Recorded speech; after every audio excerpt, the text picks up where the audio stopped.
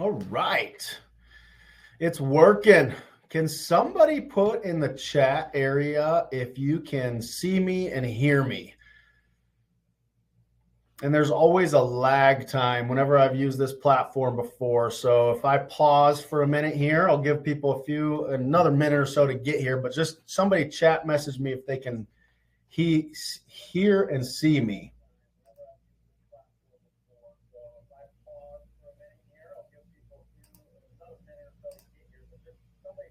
All right, sweet. I get some yeses. Well, thanks guys for joining. And those of you who are on live, gosh, I'm excited. I'm always excited to teach and to talk. If you guys know me at all, I don't recognize everybody's name that's in here. So you guys found me somehow, some way. And I'm excited to talk about this specific topic. But if you don't know who I am, my name is Dr. Scott Keller. I practice functional medicine out of Lincoln, Nebraska, but which is awesome if you're not from Lincoln and you need some help and just, trusted providers. I can work with people across the United States. I have patients in various states right now. So that's always a cool thing. Virtual medicine, love it, hate it. I have a love-hate relationship with it, but it works really well in the majority of cases. So thanks for being on today. This is going to take about an hour. So again, if you guys have to leave early, totally understand. I know this is the middle of the day here in Nebraska. It's cold. I don't know where y'all are, but it is cold out there. So maybe some of y'all are at home for a snow day. I know my kids didn't have school today, and most people in this area in Nebraska didn't have school. So I'm going to get started here pretty quick because I got a lot to cover. You guys feel free to use the chat. I will try to do my best to look at my other screen here to see if there's any questions as we start going. But let me know if you have questions as we go. And at the end, I am always happy to stay as long as I need to answer questions for you guys, okay? So weight loss and weight loss resistance specifically. That is the topic of the day. It's a huge topic. And the little subtitle here is it just you, or are there deeper underlying issues? And I laugh because it's not just you, right? If you are one of the people who I talk to people every day who a lot of them are like, man, I've done everything. I've tried diets, I've tried food, nutrition, I've tried exercise, and still just like hung up on losing weight and just feeling good and feeling healthy. So what the heck is going on? What are these deeper underlying issues? Over 4 of the most common things that I see and run into almost every single day in my practice with patients that are causing all sorts of health issues, which you're going to see and understand that as I go. But one of those being weight loss resistance. Okay. So disclaimer, of course, I have to say this, guys, because it's true too, is I do not know you. I do not know your health history. I do not know what's going on with you. So this is informational only. I'm not your provider. I would love to work with any of you who want help in this area, but as of now, just take this as information. Anything I say, consult with your healthcare providers, et cetera. So take a look at that and just make sure you're safe. You're always safe and seeking out help in the appropriate fashion. Now, because some of you might have to leave early, I will send out the recording. So there's going to be some things at the end that you'll want to pay attention to. But number one, I just want to throw this out there at the beginning.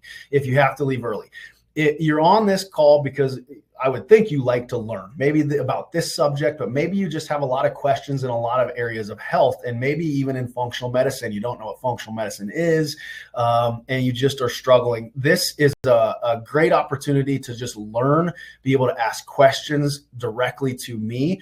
I host a weekly online class, so similar to this, it's just a Zoom call, basically. It's called Learn, Grow, and Transform Your Health, and it's $19.99 a month. You could scan the QR code, or you can email me. My email will be at the bottom of the screen throughout this whole talk. If you're interested in this, I talk about everything. I mean, if you're a podcast listener, you just love learning about health in general, I cover subjects. I mean, just everything, right? So it's a really cool opportunity to be kind of plugged into a community of like-minded people, and then also hearing from someone, not only just information and knowledge, but then again, like I said, being able to ask questions and things that you're struggling with. Okay. So just know there's that opportunity. And then if I just want to give you guys my information too, my email's at the bottom, my phone number here, you can text, you can email it. I'm going to be talking about some things at the end, like I said a minute ago, but just functional medicine. I'm telling you, I got into this a number of years ago for the reason that I continued to see patients struggling over the years of working with them in a different capacity. And I'm like, man, there's got to be more out there. Like people that are hopeless, they're not finding answers in our quote unquote traditional medical system, which is fascinating and phenomenal, by the way, not anti-medicine at all, but just like, what are we using it for, time and place, and what else is there out there to get to the underlying issues someone's struggling with? Okay, so just know that. Now, for those of you who are in the class here, there's probably two groups of people. Those of you who want to lose weight, but you haven't really done anything and made appropriate lifestyle changes in nutrition and exercise. Maybe this still looks like kind of your diet. I hope not. That's a lot of sugar right there, but just like a lot of processed food. You're not eating like as clean as you can be. Maybe you're not hitting the gym and getting exercise, even walking as much as you should. So that's it. That's a huge issue. And I love to work with people in that boat too. But number two, a lot of you are probably on this call because you have done some of those things. You have played around with nutrition. Maybe you've even worked with a nutritionist. You've exercised and you still can't drop those stubborn pounds. That's what we're going to focus more on today. Okay. We're going to focus more on that second group of people, the weight loss resistance issues. Okay. So I was one of the people who I was never like really overweight, but I always had, like, no matter how hard I worked and checked the boxes of nutrition and exercise, I've always been a fitness enthusiast. I checked the boxes. Why was I always having this stubborn belly fat, love handles? Like, it was frustrating because it's like, man, why is that guy, ripped and I'm not? I'm doing the same things. Or for me, it was more about my health. Like, I was chronically fatigued. I was checking all the boxes and I was still so tired in my days. Like, just, I needed caffeine to get through my clinic hours in the afternoons after lunchtime. We're going to talk about some of those things. So if that's you, if you can relate to that, you exercise, you feel like you've eaten well. And here's the thing about nutrition. Is nutrition more complex than even eating whole nutritious foods?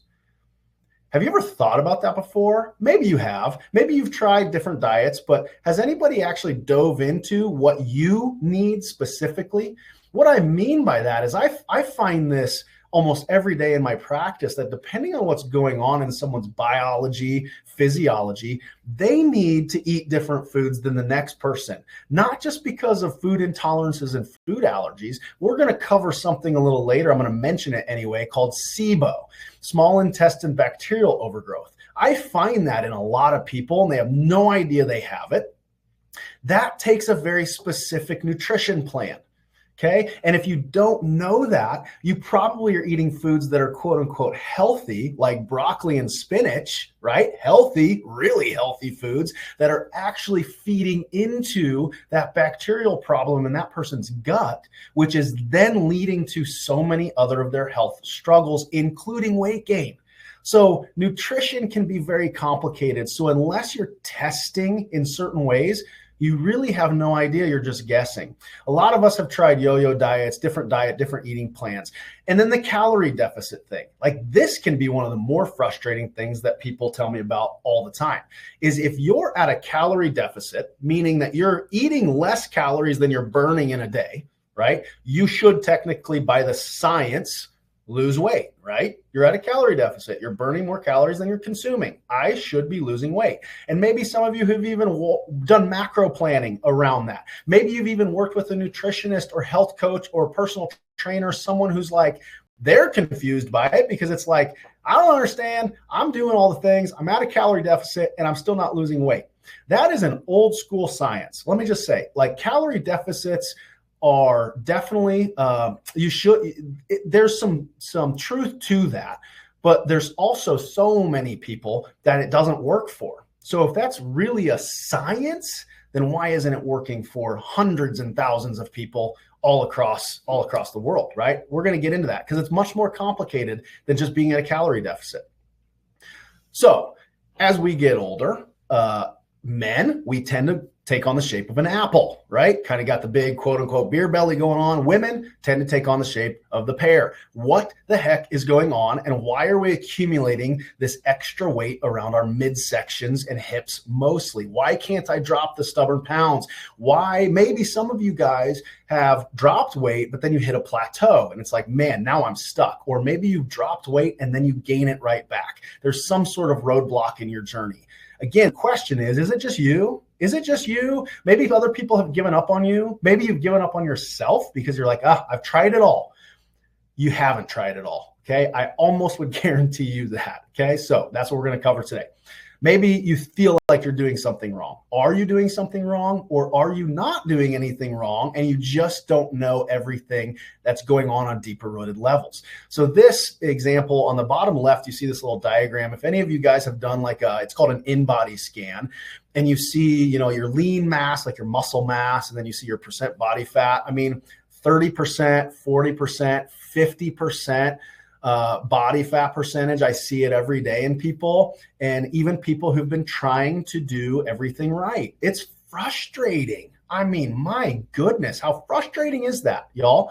And I hear you, I feel you, I understand.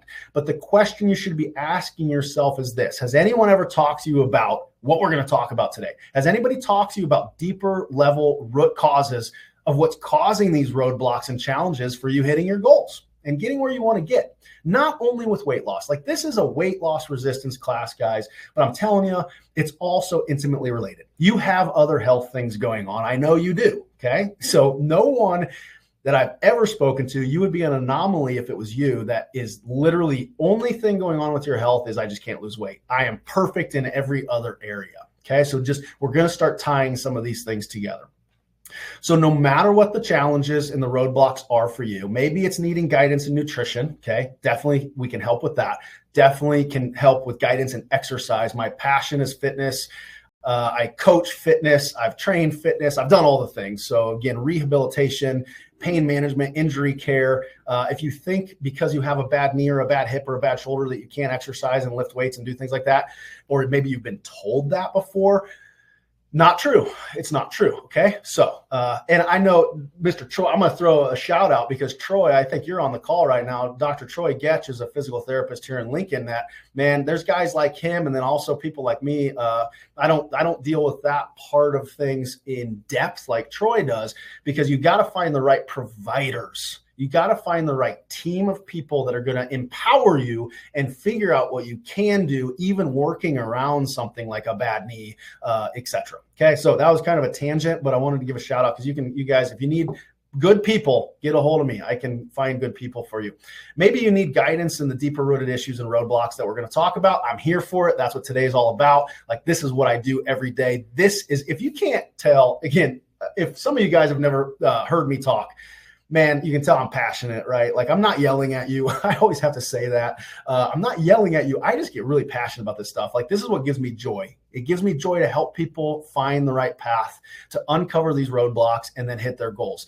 And this is what I want you to be like too. I don't want you to struggle. I don't want you to be frustrated and depressed and anxious about the things going on in your body. I want you to be this woman. I want confetti to fly. I want you to have joy in your life. Again, maybe it's been a long time. I know it has been for a lot of you guys. So a lot of people I talk to feel unheard, whether it's by healthcare practitioners or whatever. They don't feel listened to. You start feeling desperate. Maybe that's why you listen to podcasts and do classes like this, because the people in your life that you do see aren't giving you the answers, right? Maybe you feel confused and overwhelmed by all the information that's, coming at you or that you are reading. It's easy to do that in this day and age of technology, man. It's easy to feel overwhelmed. And that's where that weekly class could be an answer for you to start with. And obviously working with someone one-on-one can be an even better way to get to the root causes. Okay, so we're going to walk through this talk today. It's going to be a lot of information, but we're going to scratch the surface on these 4 common roadblocks that prevent people from losing weight like they want to and getting healthy. Okay, so just consider at the end, if it's not me, someone who really knows this stuff and that can help you on an individual basis.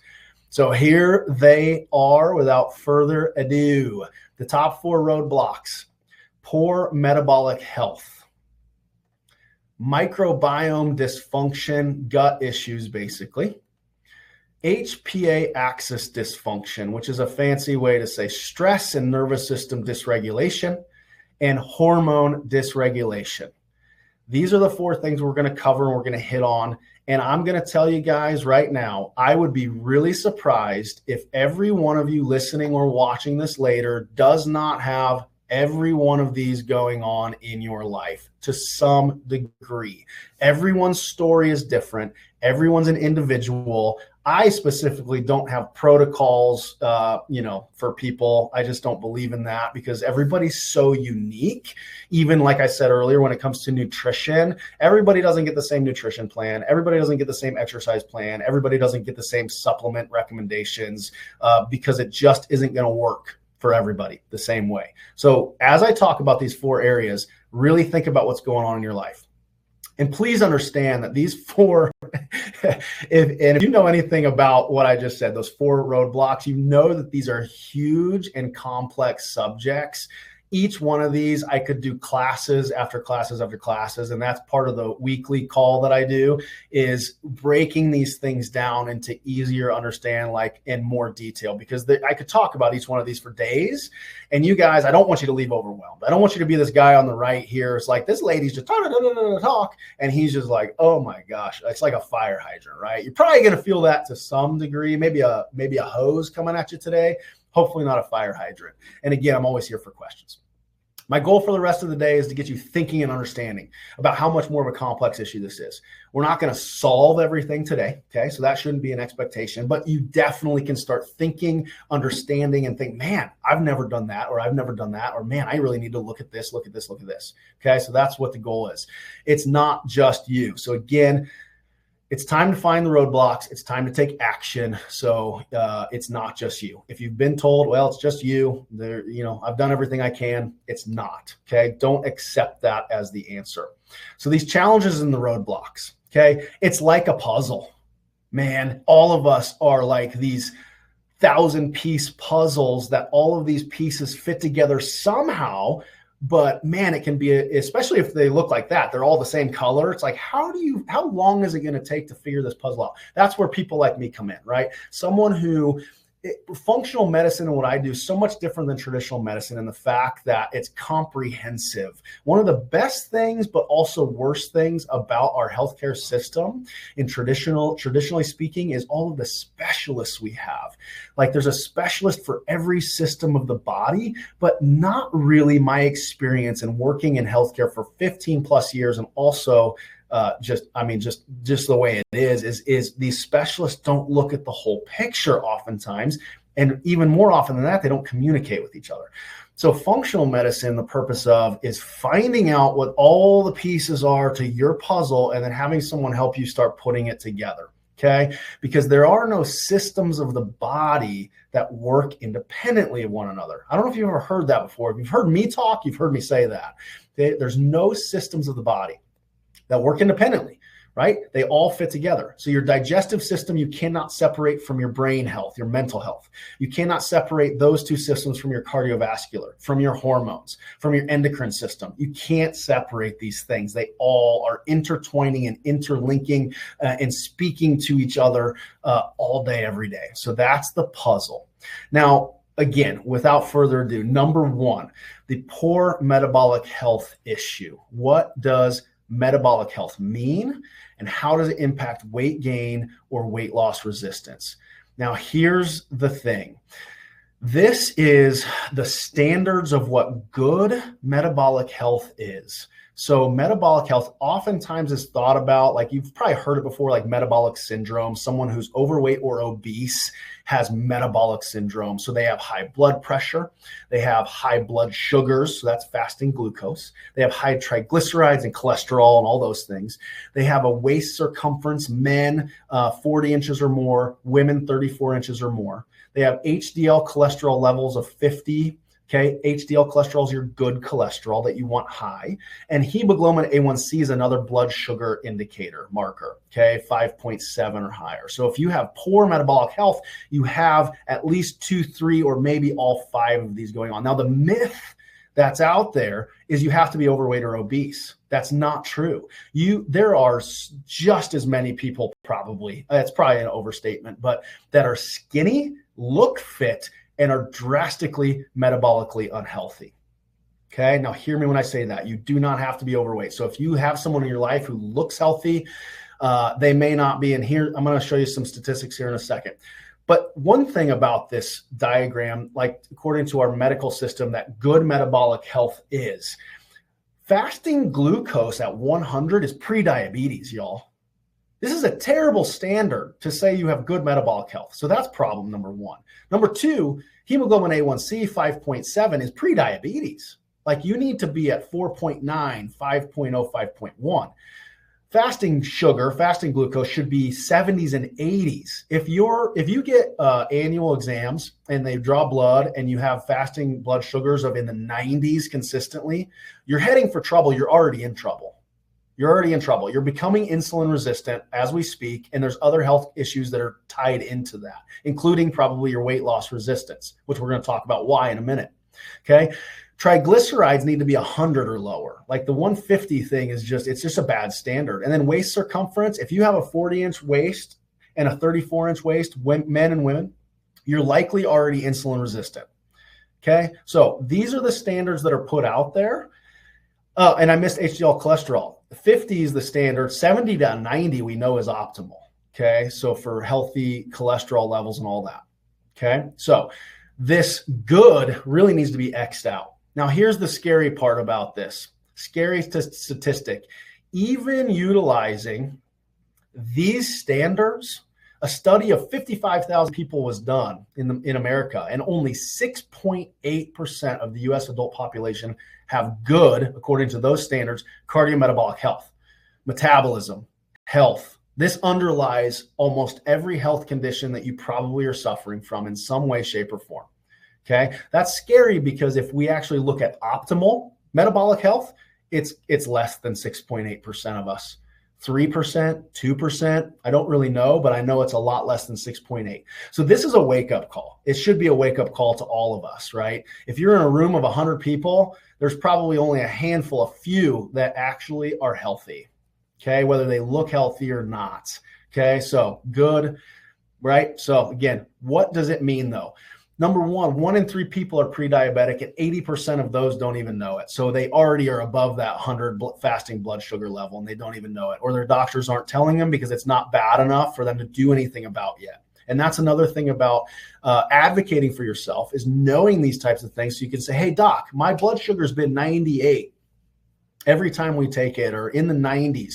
And I know 100's pre-diabetes, like what do I need to be doing? And the reason that they're not telling you to do anything is because you're not at the point of medication yet. And again, I'm generalizing because some physicians probably talk to you about this, but like lifestyle changes, food, nutrition, exercise, all of these things is what you need to be doing. And now this is underestimated in my opinion, because the standards, are just poor, right? So more people have pre-diabetes in this country than ever before. Now, this little chart here shows blood sugar. Blood sugar, should stay in the green zone. Like all day, you have little fluctuations in your blood sugar levels. That's normal.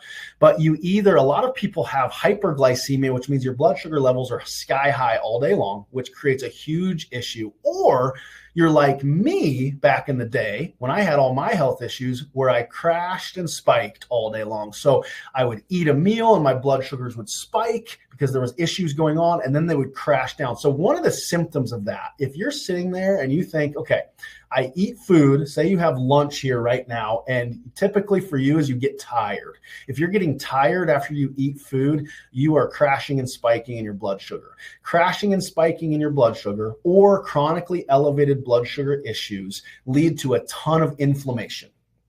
Inflammation is one of those other things that underlies almost every health issue, every disease, everything. Chronic inflammation.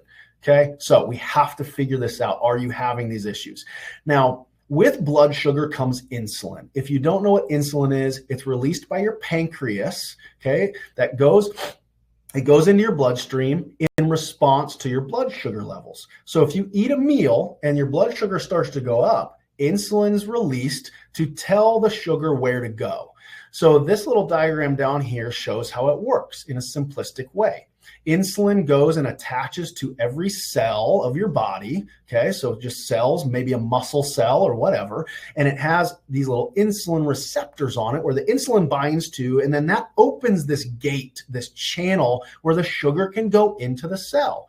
That's what we want to have happen. That's good because the cells then use the sugar for energy production. What happens if your blood sugars are high all day, or if you're crashing and spiking like this, is you become insulin resistant over time, meaning those little blue receptors on your cells start to close, shut off, get cleaved off, die, whatever happens. Insulin can no longer open the channels. Sugar cannot get in the cells. So what happens? You start gaining weight. You start having all these other issues. You have hormone issues, inflammation. You get sick all the time. I mean, I could go on and on and on because it really does underlie so many things.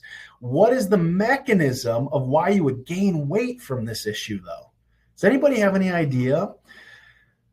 The extra sugar that's now floating around in your blood because it can't get into the cells goes to fat cells because fat cells don't have this same mechanism. The sugar just goes right in.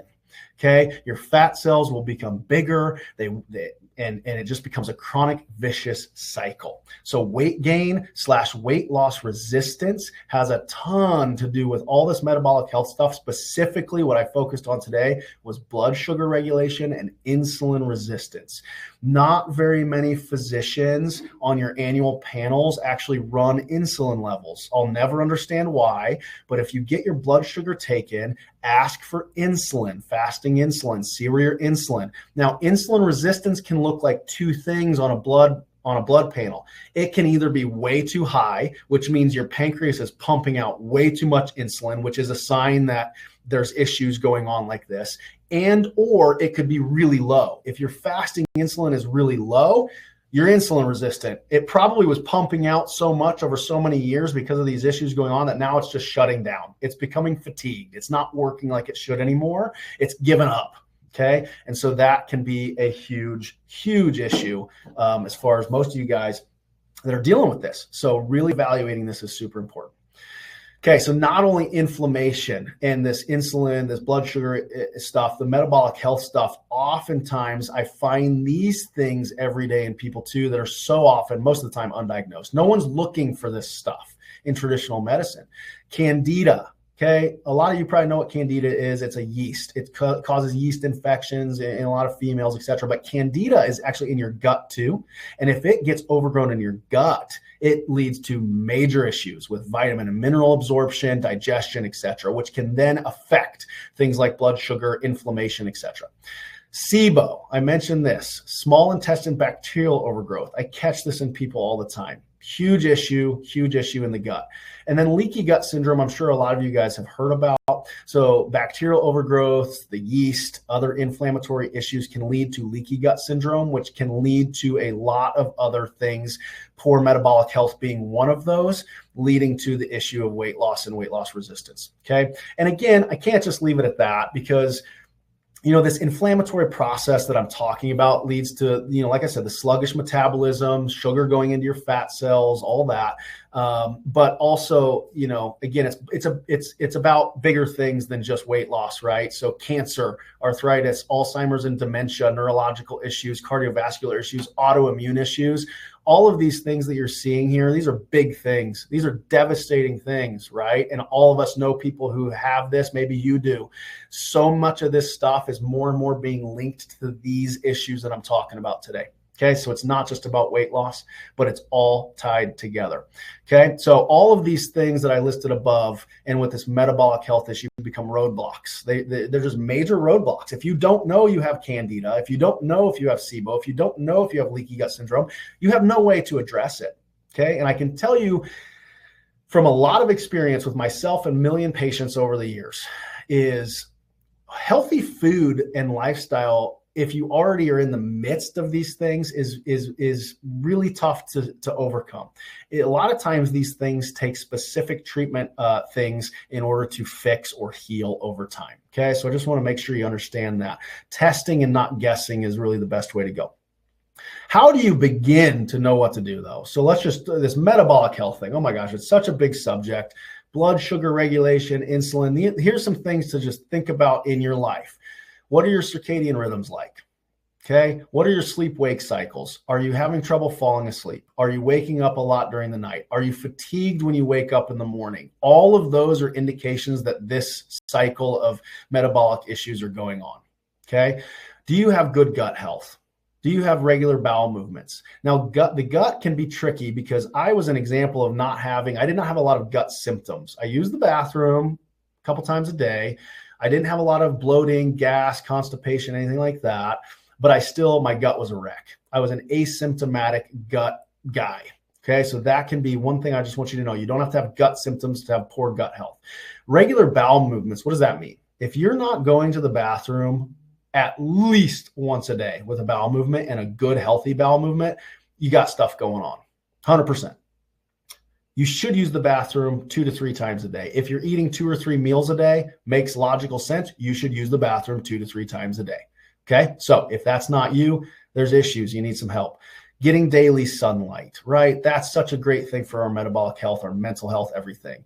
You need to be strength training, doing resistance training. If you're not doing that, then you're missing a huge part of this metabolic health, because our big muscles of our body, specifically our legs, glutes, quads, hamstrings, calves, these muscles not only activate hormones and all sorts of great things, they also act like a mop to blood sugar. So if you have high blood sugar and you get your leg muscles and muscles in general bigger, stronger, you use them more, they soak up that sugar. They soak it up like a mop, and they're just going to take it in. Okay. Which is awesome.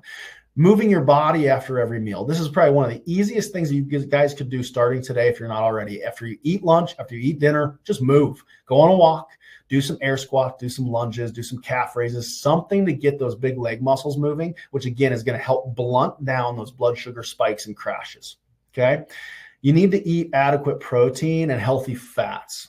Okay. So most people are not eating enough protein, and most of us are not eating healthy fats in high enough levels, and or you're eating poor fats like all the vegetable oils, canola oil. You got to cut that crap out.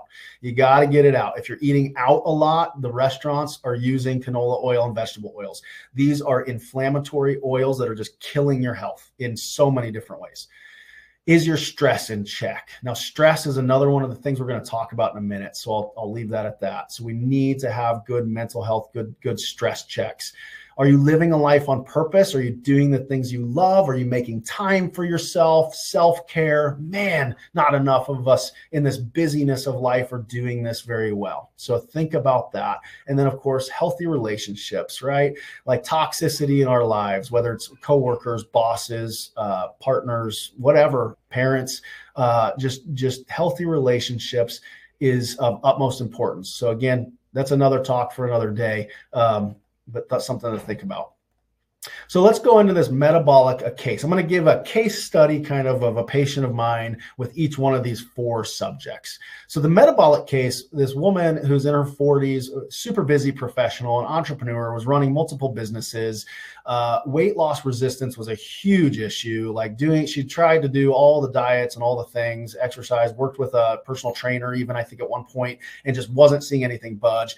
One of the biggest things was chronic fatigue, brain fog, concentration, focus issues, irritable and moody. So there was definitely some hormonal stuff going on, digestive issues, and then more hormonal stuff was poor libido and night sweats. So waking up a lot in the night, just soaked and sweating. So who can relate? Who can relate to that, right? Like, I'm sure a lot of you are like, oh yeah, that's me, that's me, that's me, that's me. Or maybe you have a few of these things. So this is what we found. So simple blood work, okay, that her other docs just hadn't really dove into a whole lot. Hemoglobin A1C was at 8.3, fasting glucose was at 209. So again, this is huge red flags, right? So diabetes is for sure happening. And so you look at these markers. Again, we talked about hemoglobin A1C being 5.7 or lower, and fasting blood sugars need to be definitely under 100, but better in the 70s and 80s, okay? Now, also, what's we didn't just stop at blood work, because that's going to give you just a snippet of what's going on. So this is called a gut barrier panel. So looking at if this person has leaky gut syndrome, and you see the 3 red boxes, there's 3 positives. So there was a candida yeast overgrowth, big time, chronic candida yeast overgrowth, which is what the IgG column stands for, is chronic. LPS, 2 positives there. That's a bacterial issue that is highly correlated to causing leaky gut syndrome. So the spaces in between the cells of your gut start to open up, letting things through into your bloodstream that should not be there. That's what leaky gut is, creating a whole host of issues, autoimmunity, inflammatory responses, etc. There is also, I find pathogenic bacteria in people's guts all the time. So there's quite a number of them, but these types of bacteria overtake the gut, so they don't allow the good bacteria to grow. And they also can cause pathogenic stuff going on. So they can cause disease, they can cause diarrhea, they can cause irritable bowel disease and ulcerative colitis and all of these things we hear about, okay? So what are some solutions and strategies for this person? Number 1, focusing on blood sugar regulation and specific herbals to assist with that, because a lot of people, when you're getting to the high levels, we have to assist with some herbal adaptogens and things like that. But also I back up before I go on to that one, is daily things. Like I said, moving after meals, doing resistance training in the lower body, like these kind of things, making sure when you eat food, one thing that will really help blood sugar spikes and crashes, if you eat protein with every meal. And when you sit down, eat protein before you eat carbs, which sounds backwards in our culture. But if you have a plate with a chicken breast, broccoli, and a salad, eat some of the chicken first before you eat the carbs in the broccoli and the salad, because that will help your stomach slow down the digestion of the carbs, which will decrease the blood sugar release and the blood sugar spike. Okay. Of course, we have to eliminate this pathogenic bacteria, and hopefully without the use of antibiotics, because antibiotics can be life-saving. They can be great in certain instances. They're definitely overused and abused. No doubt about it. I mean, yeah, they just throw antibiotics at us. And you know what an antibiotic does? If you don't know this, another talk for another day, but antibiotics kill everything. They kill the good bacteria and the bad bacteria. It's just one of those things that there's proven lab studies that show there are natural herbal remedies that can eliminate pathogenic bacteria without the use of antibiotics. So we try that first, always. Heal leaky gut with food and supplements. So again, you got to heal the gut lining. And then, of course, stress management techniques, which I don't have time to go into all of them today. But if you're not pausing through your day, if you're not backing away from your work, if you're not using breath work, if you're not using meditation, yoga, journaling, anything that will help reduce the stress levels in your mind, in your brain, in your body, that will lead to issues, right? We're going to talk a little bit more about that in a while when we come to the stress part. And then, of course, we talked about incorporating exercise and resistance training that works for her, because not everybody wants to go to a gym. Not everybody wants to lift a bunch of weights. So resistance bands. This person's in her living room doing some air squats. I mean, there's always something you can do, and it doesn't have to be an hour or 2 a day either. You can do so much good in 10, 20, 30 minutes of a day to get your body in a better place, okay? Number 2 is microbiome dysfunction, gut issues. So if you're like, man, who's this Dr. Scott guy? I don't trust him. Well, that's fine. Dr. Alessio Fasano, maybe his curriculum vitae or his resume will speak to you. So he's the director of immunology and biology research at the University of Massachusetts General Hospital. He founded the Center for Celiac Research. And I mean, he's a chief gastroenterologist for the pediatric ward at Harvard Medical School. So obviously he knows his stuff, and he's a researcher. So here's a research study, one of his that was done. But basically, what does he say? What does he say? And why is the microbiome so important? Why is the gut so important? His research showed all disease starts in the gut. We're not talking about just gut diseases here. We're talking about all disease. His research has showed that all disease in some way, shape, or form can be tied back to the gut. Why do I talk about the gut so much? Because of this guy and his research, and a lot of other people too, because the evidence is pointing in this direction more and more and more every single day. Okay, so just to kind of set it up here. There are many signs of gut issues. It can be tricky. Like I said earlier, myself, I was asymptomatic. I knew I was gluten sensitive. I got gassy and bloated when I ate gluten. So I didn't have gluten. It didn't solve my problems. I went gluten-free. I went dairy-free. Have you ever been down that road? Have you guys tried to eliminate things? And it's like, well, I'm not as gassy and bloated, but like none of my other stuff is healing. My hormones are still out of whack. I'm still chronically fatigued. I still have weight loss, resistance issues, right? You can relate to that? So, but with that, there's a ton of people, and probably most of you guys have some of this kind of stuff. If you get bloated after meals, that's not normal. If you get gassy after meals, that's not normal. If you have any kind of heartburn, indigestion, that's not normal. And you cannot depend on omeprazole and Tums. Oh my gosh, side note, tangent. Guys, if you look at the labels from the manufacturers of things like omeprazole and Miralax, which I know some of you are on because so many people depend on that stuff, don't take for more than a week at a time. That's what the manufacturer labels say, because we know the consequences and side effects of these over-the-counters can be devastating to your health. And I run across people all the time where their doctors have literally told them, just take omeprazole, just keep taking it.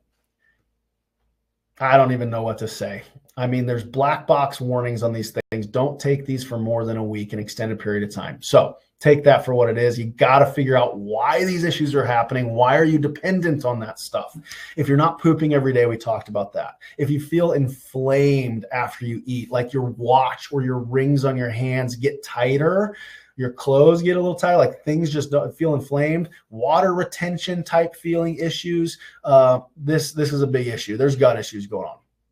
Okay, so poor gut health can inhibit weight loss by not absorbing and processing and utilizing the nutrients that you're taking in, right? Inflammation in the gut, okay? Stress leads to a lot of inflammation in the gut. Decreased metabolic function, like we talked about in the last slides, leading to hormone imbalances. All of these things can start coming from the gut. This is a picture of the leaky gut syndrome. So the tube at the bottom is your blood, like a blood vessel.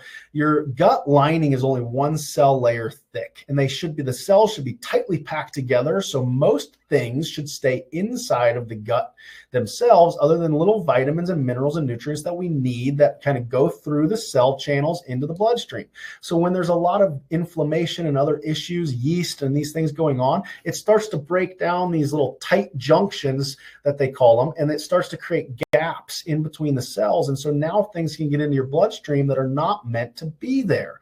Again, that causes all sorts of issues, and one of those can be everything we're talking about today, including one of the things that's behind your body not working properly, your metabolism not working properly, your cellular energy not working properly, which leads to weight loss resistance. Your body's not working efficiently like it should. So weight loss resistance is just a symptom, guys. It's just one small symptom of a lot of deeper underlying issues. Now, here's a fascinating. They did studies in mice. Okay, so of course they always do it on animals. They took a group of lean, healthy mice, and they took a group of obese, very unhealthy mice. They took two groups. What did they do?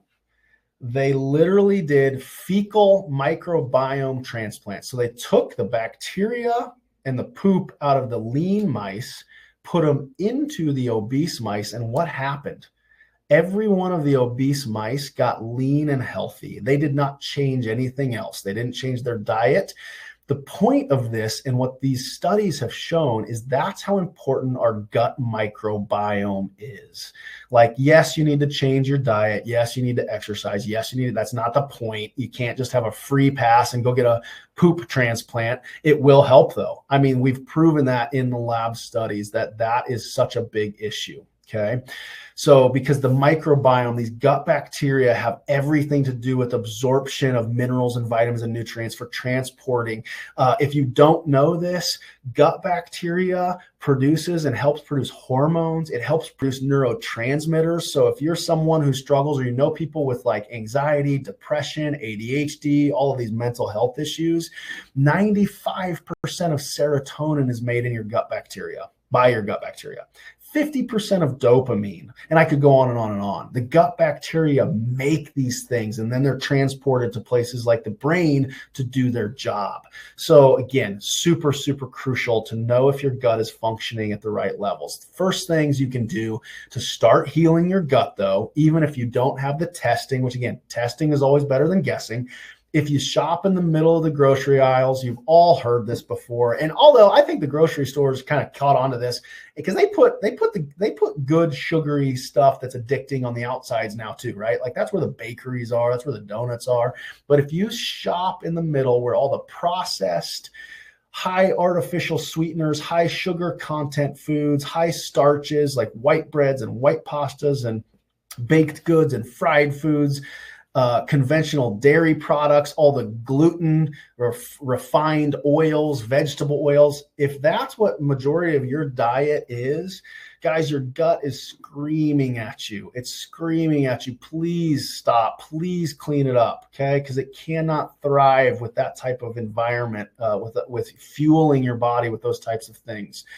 So what do? Now, again, easier said than done, but you can really make a lot of simple changes. Increase your fiber intake, which fruits and vegetables, of course, and fibers and other things.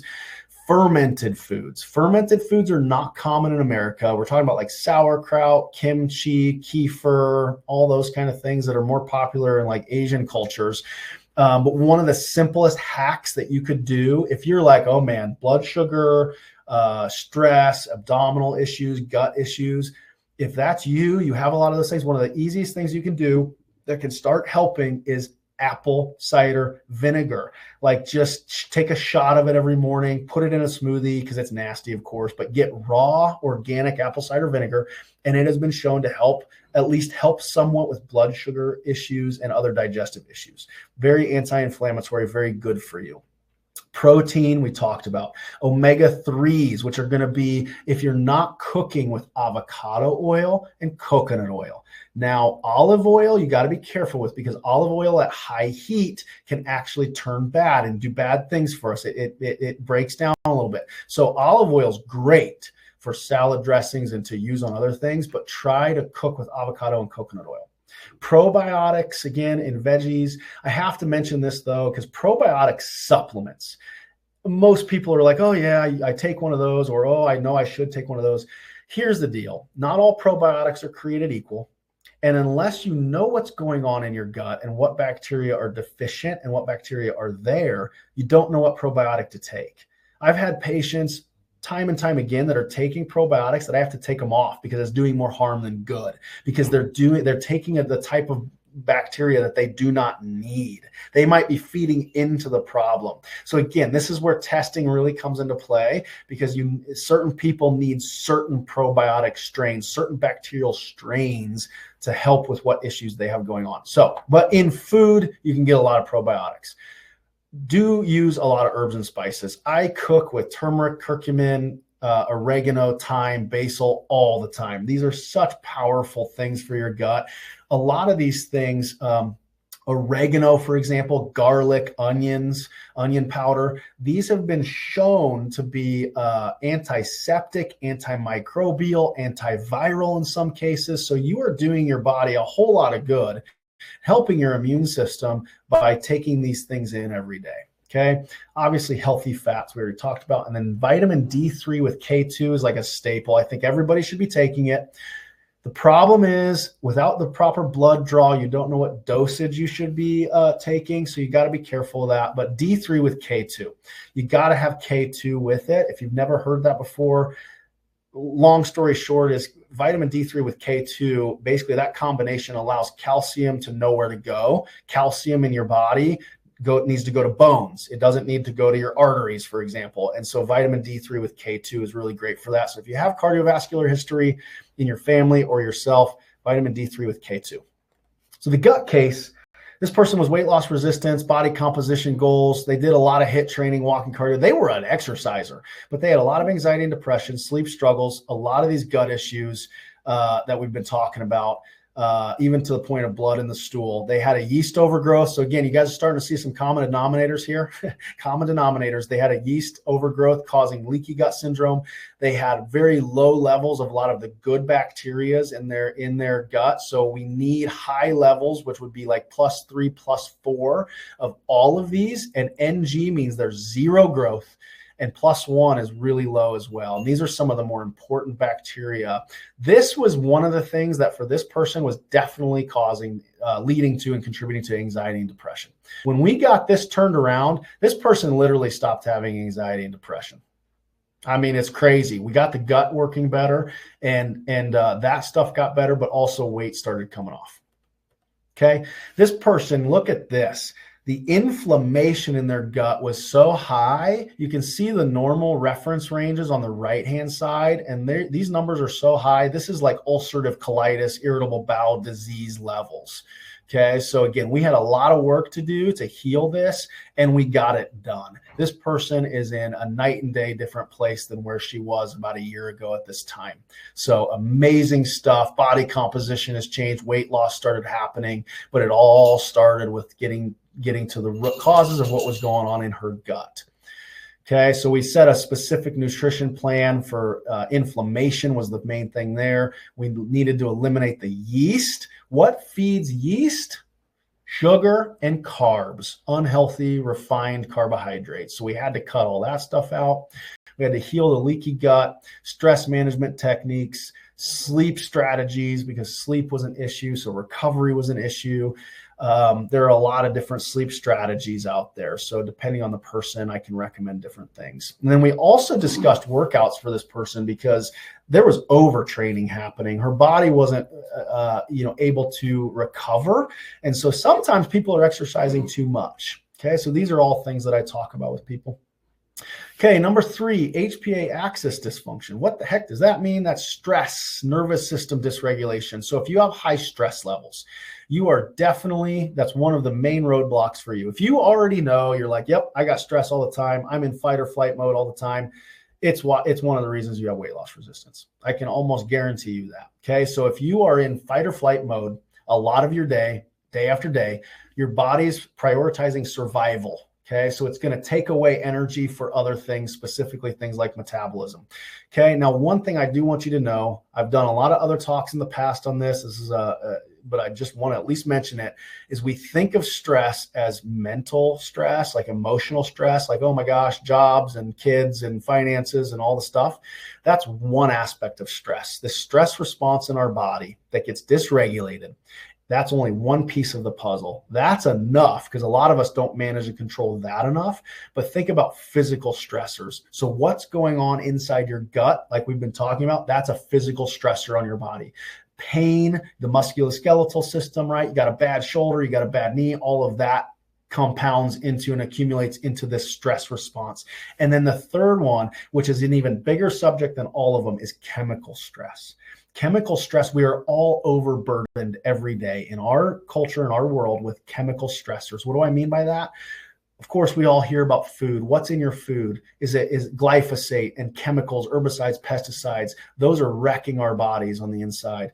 The things you put on your skin, so products like deodorants and makeups and lotions, if they're full of chemicals, they're wreaking havoc on this stress response in your body, okay? So you got to start thinking about that, and why I help people educate about how to do clean living the best we can, filtering water, buying some organic fruits and vegetables, using natural products. These are all things that need to be thought about if you know this is an issue for you, okay? So now cortisol. Cortisol is your main stress hormone, at least what we're going to talk about today.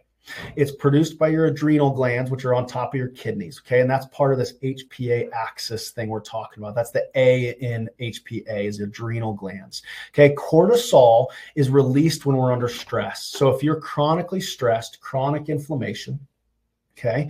You're going to have chronic cortisol release, and it is one of the things that increases leaky gut syndrome. It increases gut permeability. So again, this is how one example of how all these things are connected. What else does cortisol do? I'm going to kind of skip through that. What else does cortisol do? Cortisol tells the body, again, survival, fight, flight mode, I need more energy. How do you get more energy? By sugar. Sugar's energy. So in our muscles, in our liver, we have stored sugar. It's called glycogen. If anybody loves the sciencey terms, glycogen. So when your stress hormones are high, it's going to tell your muscles and liver to release the glycogen into your blood. The sugar gets released into your blood, thus elevating blood sugar, thus elevating insulin, thus meaning high stress, high cortisol on a daily basis or all day is going to cause that sugar to be high, which then what do we already know from earlier? That sugar is going to go store itself in fat cells. Okay, so weight loss resistance waiting to happen because you're stressed out all the time. Okay, so can you relate to any of these? I'm going to fly through these real quick. They're just kind of little examples. This is what a cortisol pattern should look like through the day is the blue line. It should spike in the morning and then start going down and be at its lowest at its evening. So this person with the orange or red line has high cortisol first thing in the morning. So this would be the person that do you rarely sleep through the night? Is your mind racing the minute you wake up? Or maybe you wake up in the middle of the night and you can't shut your mind off. Are you worrying a lot? You're edgy and confrontational in the mornings. Your energy crashes and you burn out sometimes. So you're kind of like hyper and energetic, but yet burned out at the same time. This is you. This is what your cortisol's doing. This cortisol pattern is like high all day long. You're constantly behind schedule. You're racing to catch up. You're always on the go. You're always uptight, anxious, type A personality. You're kind of exhausted and hyper at the same time, kind of like the last one. People comment about how fast you talk, which is probably what you guys are thinking about me right now. Yes, my cortisol is probably high because I'm jacked up about this. But it's like that's the kind of stuff that happens. You're easily irritated. You feel little enthusiasm for anything. You need some help in that regard. And then this graph right here is kind of the inverse of what should happen. So low cortisol in the morning, and then it spikes at night. So one example of this is if you work out at night, in the evenings or at night, your cortisol is jacking up. So you need to make sure you're implementing strategies to get that cortisol down. So after your workouts, doing some stretching, doing some breath work, really relaxing your body, sit in the sauna for a while, something to kind of get that cortisol response down. What it's going to look like is falling asleep is nearly impossible. It takes you a while. You worry a lot in the evenings. You distract yourself because you're scrolling, you're watching TV, you're always doing something late at night because your cortisol is too high. Okay. And then last but not least, this flat line. After a period of time of cortisol and stress being really high, our bodies can only keep up for so long. So eventually the adrenal glands are going to be exhausted. They're going to start shutting down. So we call this adrenal fatigue. Like literally they're not producing hormones anymore, this cortisol anymore. This could be someone who's dragging through each and every day. You wake up tired, you go to bed tired, all the time tired, chronic fatigue. It takes high octane coffee or something like that, energy drinks to pull you up, but that doesn't even last. Maybe you even become immune to that kind of stuff. That was me. You fall asleep on a dime, you fall asleep anywhere, you hit the pillow and you're out. Those are the kind of things we see with this cortisol response. Okay, so some symptoms of high cortisol. Okay, so the permeability of the gut, we talked about that. Fatigue, irritability, headaches, intestinal problems, anxiety and depression can be linked to this. Weight gain, of course, weight loss resistance, blood pressure, and then hormone issues. So again, there's that weight gain thing, high cortisol. Kind of explained the mechanism a minute ago, and that's what it is. Okay, kind of explained how already. Those sugar gets released and then it's stored in your fat cells. Okay. And then the case for this one, again, weight loss resistance. And I know it's 1:28. I know, guys, it's been about an hour. We got one more. We got the hormones, and then we'll be wrapping up. So not too much longer. So the HPA axis, this person, again, weight loss resistance, body composition, high fat percentage. They had a history of metabolic syndrome. So they already knew and have been diagnosed with metabolic syndrome from a physician. High insulin resistance, high blood sugar, all that. Severe anxiety and ADHD. This person couldn't even leave the house. Oftentimes they couldn't take their son to the park because they would be so anxious about it, like debilitating type stuff. Obviously was having trouble sleeping with that. And then a lot of gut issues like heartburn, constipation, depending on Miralax, a lot of undigested food in her stools that she told me about, etc. Her cortisol was spiked high, really high in the mornings, and then kind of flatline, was high most of the day, and then kind of got down to normals at night. But then I ran a different test on her, which really showed more detail, which look at that number, sky high. So this is a 4-point cortisol test you do through the day, sky high. Then it kind of normalized. Then it crashed and burned, like literally just exhausted, and then jacked up sky high again. These are the kind of patterns I see that then once we know the patterns, we can better address and have better solutions to get this person healthier, starting to lose weight, all the things that she needs. But also, again, not only cortisol with her, this is what I found. This is the deeper rooted stuff I'm talking about. SIBO. You remember what I talked about, SIBO? Small intestine bacterial overgrowth. This, you drink a drink and then you breathe into this device, which measures the gases produced, and bad bacteria in your small intestine produce methane and hydrogen. And the red line is where normal would be. You see that blue line? Sky high, like crazy high hydrogen production. So she had a severe small intestine, and you can see the blue line goes over into the large intestine, bacterial overgrowth. This was causing and wreaking havoc in her health for sure. She also was positive for yeast. She was positive in 2 markers in leaky gut syndrome. And then her thyroid, which I ran a comprehensive thyroid panel on her, was just, she had 2 antibodies that were off the charts. No one else had looked at the antibodies. Other physicians had run TSH and T4.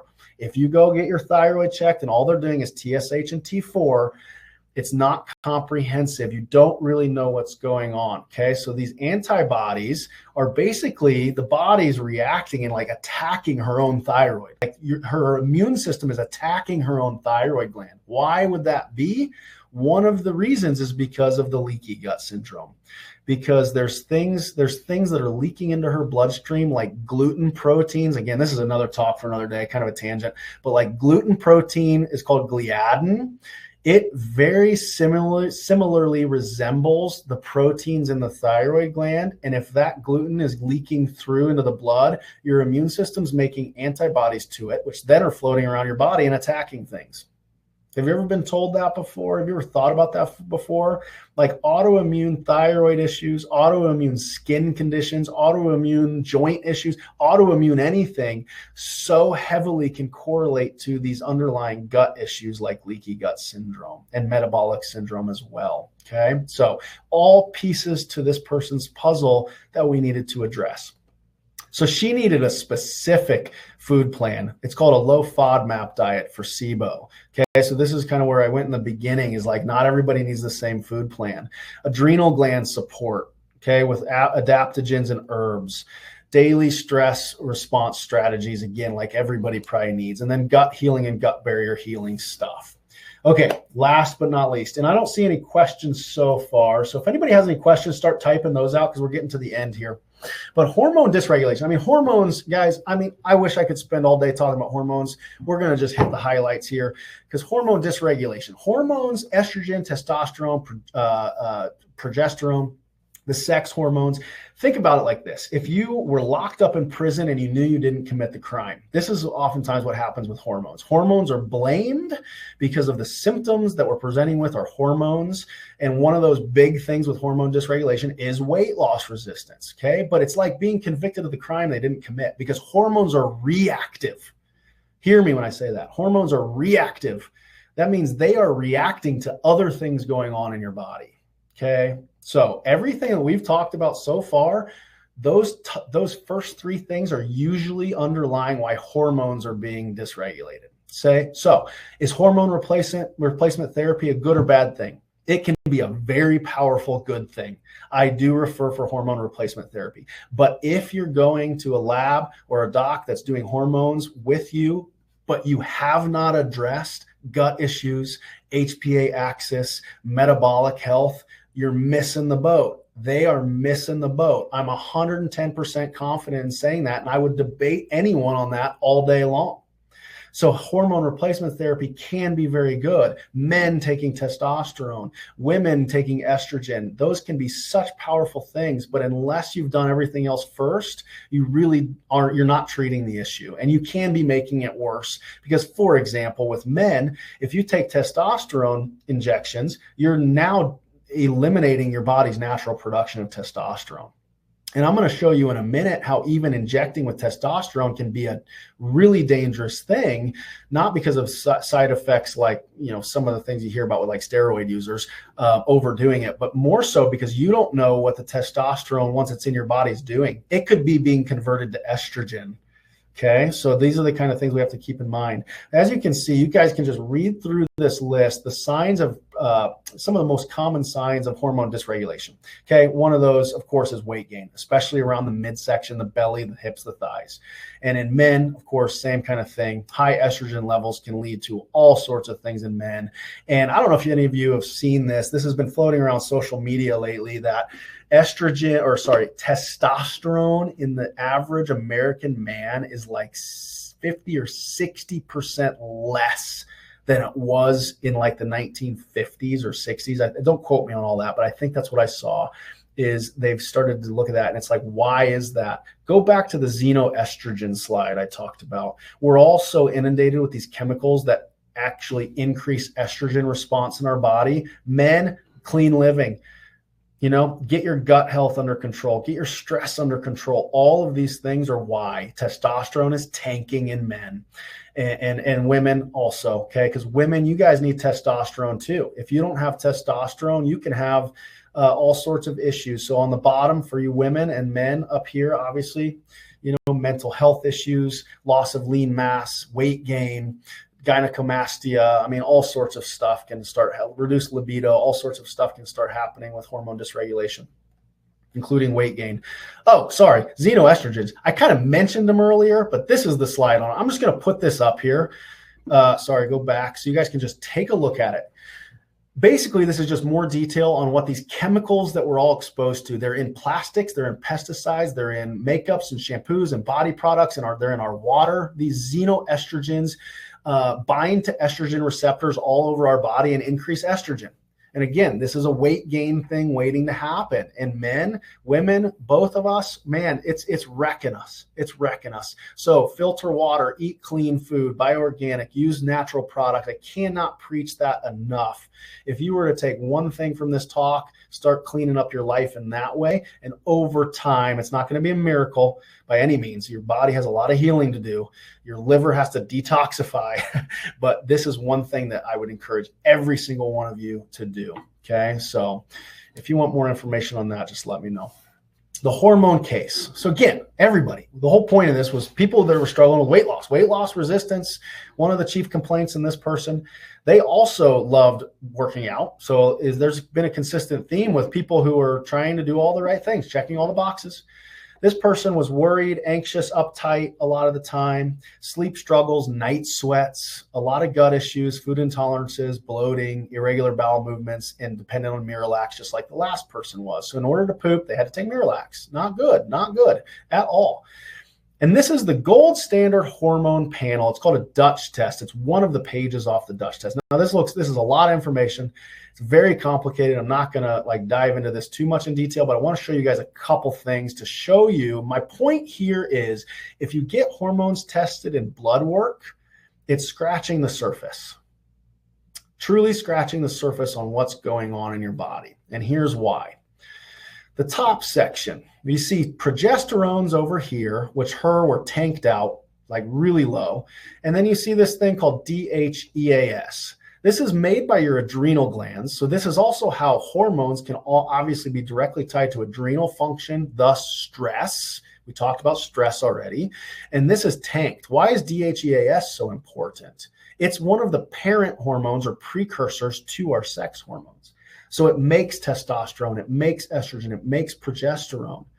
I could say the same thing about the word on the top called pregnenolone. That's also made primarily by the adrenal glands. And that's the true parent hormone to all of these things too. We can test for pregnenolone.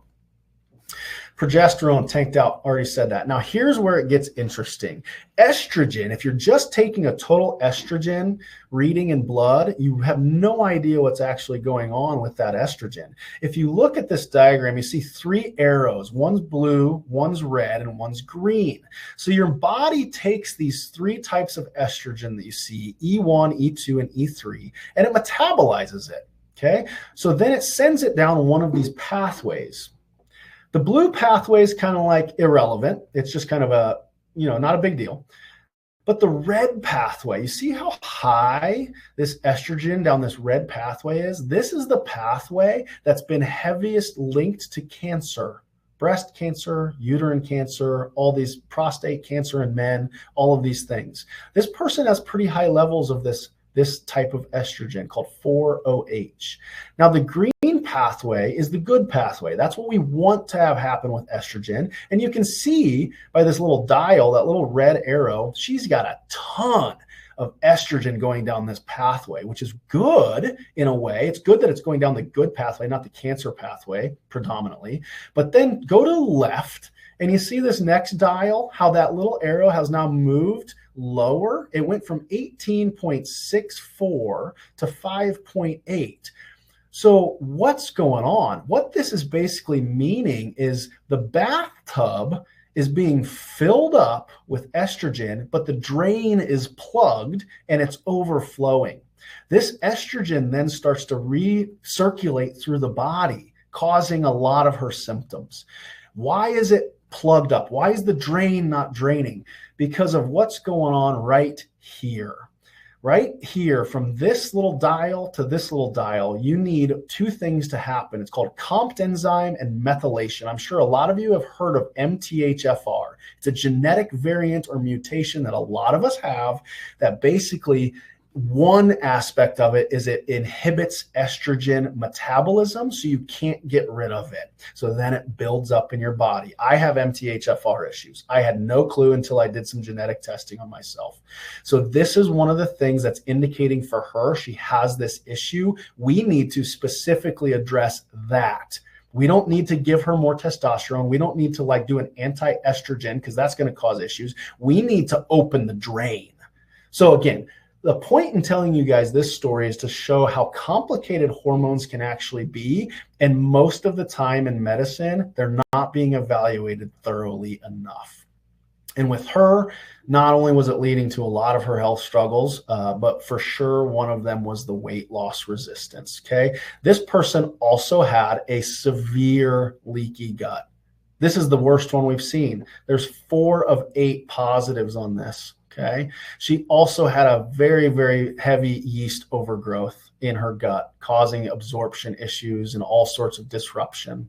Okay. So for her, we began with healing hormones in a natural way with food and lifestyle. We had supported the adrenal gland because remember, some of those adrenal things make other hormones. That was an issue. We started to do that with some supplementation. We supported this MTHFR methylation issue, as well as helping her liver detoxify because the liver was being overburdened. And again, I say that because I know that because the estrogen was so high down on that one dial. It's not being detoxified. It's not being filtered through and eliminated. So we had to help with that. So I know I went a little over my planned time, but I hope you guys all at least understand and notice how many common denominators there were with all of these patients of mine. Okay. There's so many common denominators. Basically, they had multiple system issues that all intertwine. They feed off of each other and they can cause these big issues with health, but weight loss resistance, because I know that's why you guys are here. But you got to understand it's so much more than calorie deficits and, even the type of food that you eat. So I'll end with this. Like I said in the beginning, if you love learning, I never go this long. My weekly classes are usually 30 to 45 minutes, depending on Q&A.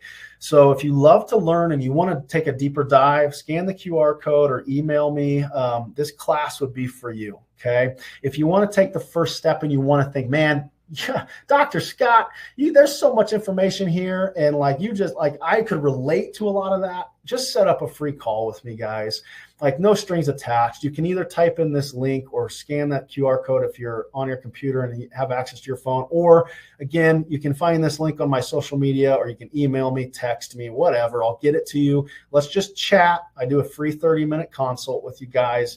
And that's a special offer right there for y'all.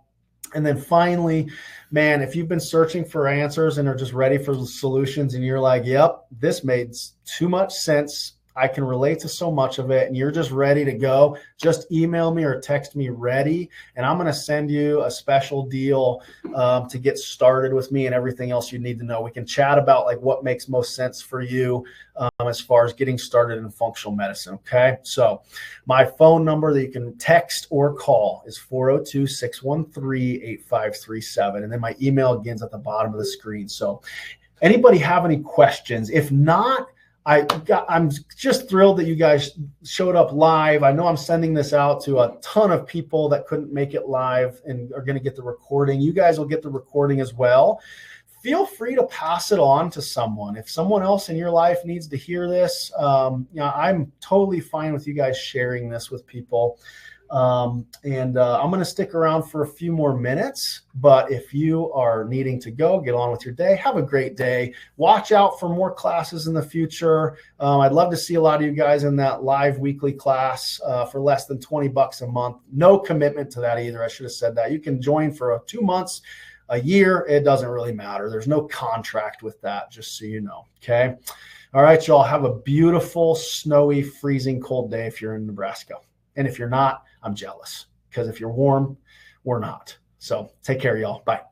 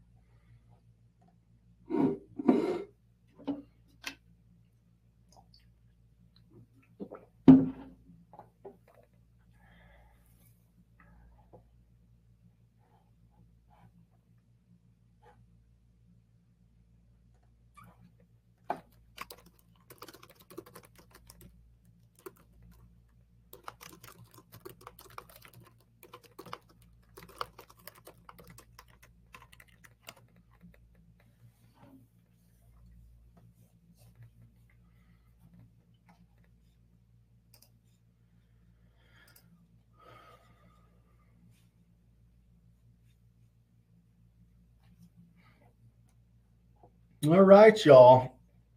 If you have questions, email me, text me, call me. And otherwise, take care. I'm going to log off here. See y'all later. Bye-bye.